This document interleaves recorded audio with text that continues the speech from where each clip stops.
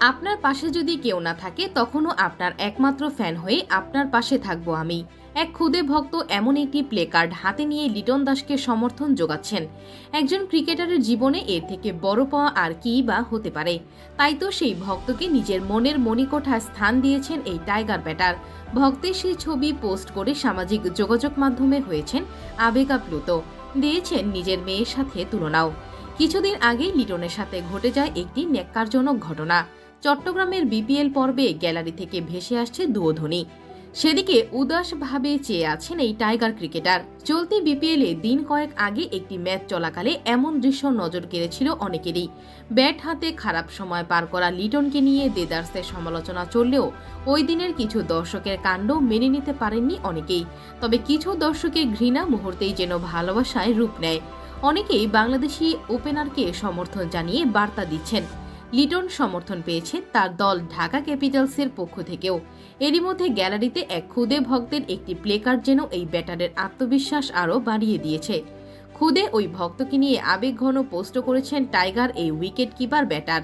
প্লেকার্ডটিতে লেখা ছিল, যদি আপনার জন্য কেউ না থাকে তবে জেনে রাখবেন একমাত্র ভক্ত হিসেবে আমিই থাকব, লিটন কুমার দাস। খুদে ভক্তের এমন বার্তায় আবেগ চেপে রাখতে পারেননি লিটন। ফেসবুকে ছবিটি শেয়ার করে তিনি লিখেছেন, আমি জানি না আমি ক্রিকেটে কতটুকু কি অর্জন করতে পেরেছি, তবে এই প্লেকার্ডটি আমার আত্মবিশ্বাস বহুগুণে বাড়িয়ে দিয়েছে। আমার পরিবারের বাইরেও আমার একজন ভক্ত আছে জেনে অবিশ্বাস্য মনে হয়। এরপর নিজের মেয়ে আনায়ার কথা উদ্দেশ্য করে লিটন লিখেন, আনায়রা মনে হচ্ছে তোমার প্রতিযোগী আছে। এই ক্ষুদে ভক্তকে নিয়ে উচ্ছ্বাস প্রকাশ করেছেন লিটন দাসের স্ত্রী দেবশ্রী বিশ্বাস সঞ্চিতাও। দর্শকদের দুয়ার ঘটনাটি ঘটেছিল ফরচুন বরিশালের বিপক্ষে ঢাকা ক্যাপিটালসের ম্যাচ চলাকালে। মাঠের বাউন্ডারি লাইনে ফিল্ডিং করছিলেন লিটন দাস। তখন পেছনে থাকা গ্যালারিতে সমর্থকদের একটি অংশ সমস্বরে তাকে ভুয়া ভুয়া বলে দুয়োধ্বনি দিচ্ছিলেন। একবার দুবার নয়, বেশ লম্বা সময় ধরে লাগাতারভাবে চলে স্লোগান, যা শুনে হতবাক লিটন সেসব দর্শকের দিকে তাকিয়ে থাকলেন বেশ কিছুক্ষণ। লিটনের তাকানোতে অবশ্য ক্রোধ ছিল না, অসহায়ত্বই ফুটে উঠেছিল যেন। গোটা ঘটনায় কোনো প্রতিক্রিয়ায় দেখাননি তিনি। দর্শকরা অসম্মান করলে একজন ক্রিকেটারের কী বা আর করার থাকে। লিটন তাই দাঁড়িয়েছিলেন নির্বিকার চেহারায়। তার দল ঢাকা ক্যাপিটালস অবশ্য চুপ থাকেনি। লিটনও যে কারণে দলের প্রতি কৃতজ্ঞ।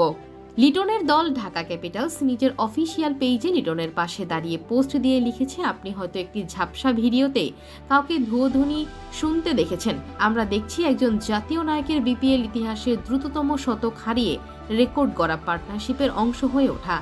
আপনি সমালোচনা দেখেন, আমরা দেখি একজন তারকা ব্যাটারের দেশের হয়ে সবচেয়ে বড় ওয়ানডে ইনিংস খেলা এবং দেশের হয়ে টেস্ট র্যাঙ্কিংয়ে ব্যাটার হিসেবে সর্বোচ্চ স্থানে আসা। আপনি বাধা বিপত্তি দেখেন, আমরা দেখি ঐতিহাসিক কিছু মুহূর্তের সৃষ্টি। লিটন, আপনি আমাদের ভালোবাসার প্রতীক, আপনি আমাদের গৌরব। এমন বার্তা মন ছুঁয়েছে লিটনের। কৃতজ্ঞতা জানিয়ে পোস্টটি শেয়ার করে তিনি লিখেছেন, ঢাকা ক্যাপিটালসের কাছ থেকে এমন দারুণ প্রতিক্রিয়া আমার মন ছুঁয়ে গেছে। লিটনকে দর্শকেরা দুয়ো দেওয়ার ঘটনার প্রতিবাদ জানিয়েছে রংপুর রাইডার্সও। ফেসবুকে তারা লিখেছে, লাল সবুজের জার্সিতে ব্যাট হাতে লিখেছেন অসংখ্য রূপকথা, আমাদের দিয়েছেন উদযাপনের উপলক্ষ। আমরা সেই লিটন দাসকেই মনে রাখি, সমর্থন করি।